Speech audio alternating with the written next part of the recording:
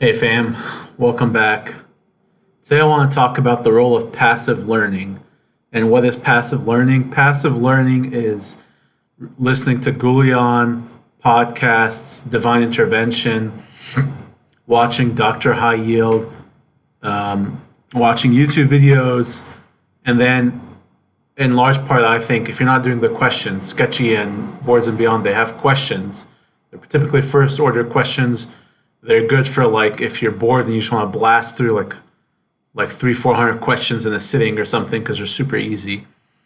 That's also passive learning when you're watching Sketchy and you're watching Boards and Beyond, and basically any YouTube video that you're watching. I mean, even right now with this discussion, it's a passive discussion. You're not actively engaging me. You're not answering. It's not interactive. You're not answering questions when we're talking, right? So the role of passive learning, it's only beneficial only after you've already had or developed a scaffold of knowledge. The scaffold of knowledge that comes from doing active learning by way of question banks, okay? So you have like 3,000 questions under your belt, 4,000 questions, and then you go and you watch Dr. High Yield when you're eating a sandwich or on your way walking to the gym if you have YouTube Premium. Now you can actually pick up things, you can actually benefit from it.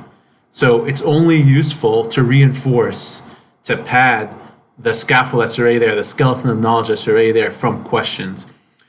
Because basically, if you start these passive learning things and you actually don't have any knowledge base, it's like competing in like the NBA when you don't know how to play basketball. There's zero benefit. You're just going to stand on a court. You don't even know how to shoot the ball. Whereas you have to go back, drills, train, whatever, questions, and then now that passive learning of being there and listening to stuff can become active learning because you actually remember, yeah, well, I learned this concept and he's just about to talk about this concept and he's mentioning this super important thing that I've answered questions about twice. Oh, but he failed to mention this other thing and your brain is going to fill in the gaps.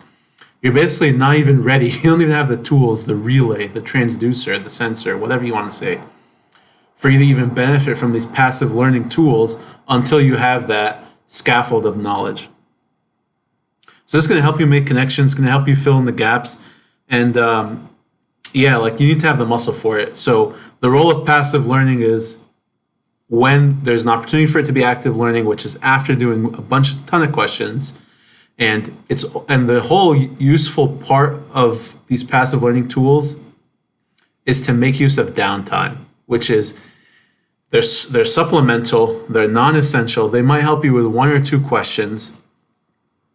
They might help supplement the scaffold of knowledge that you've developed from doing questions. But what's good about using downtime is like you're walking to the gym, you're working out, you're carpooling, you're commuting, whatever, you're cooking. Okay, it's time to listen to this stuff because basically that time is spent anyways. It's a sunk cost of time. You're not doing active questions. You're not sitting down, focused in flow state during that time. So you might as well listen to something. Or you could just as well get benefit from sharpening your mental health at that point by listening to music or doing some other, talking to your family or whatever. So I would not put so much weight on these passive learning tools.